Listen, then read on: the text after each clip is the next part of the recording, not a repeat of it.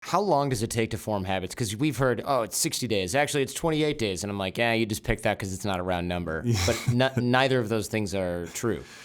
Yeah, so this is probably the most common question I get is how long does it take to build a habit? And 21 days, 30 days, 66 days is very common now because there was one research study that was done that said on average it was 66 days.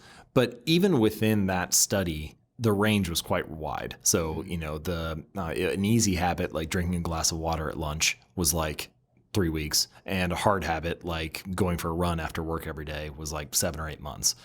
Now, from a general approach, I feel like, okay, 66 days or the idea like this is going to be months. Okay, this isn't going to be something quick. That's probably good to internalize.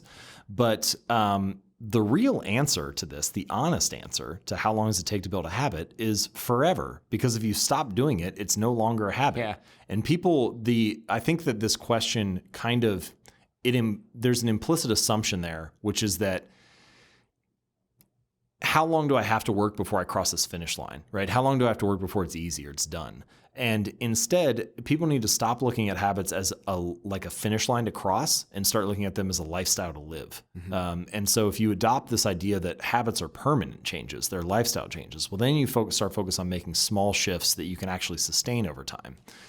The other thing that's important to consider with this is that the time that is elapsed for a habit doesn't really have anything to do with whether the habit is built. It's actually about frequency. It's about reps. You could do something 200 times in a month, or you could do it once in a month. And whether 30 days has passed or not has very little to do with how well you've internalized that habit. So habits are much more about repetitions than time elapsed.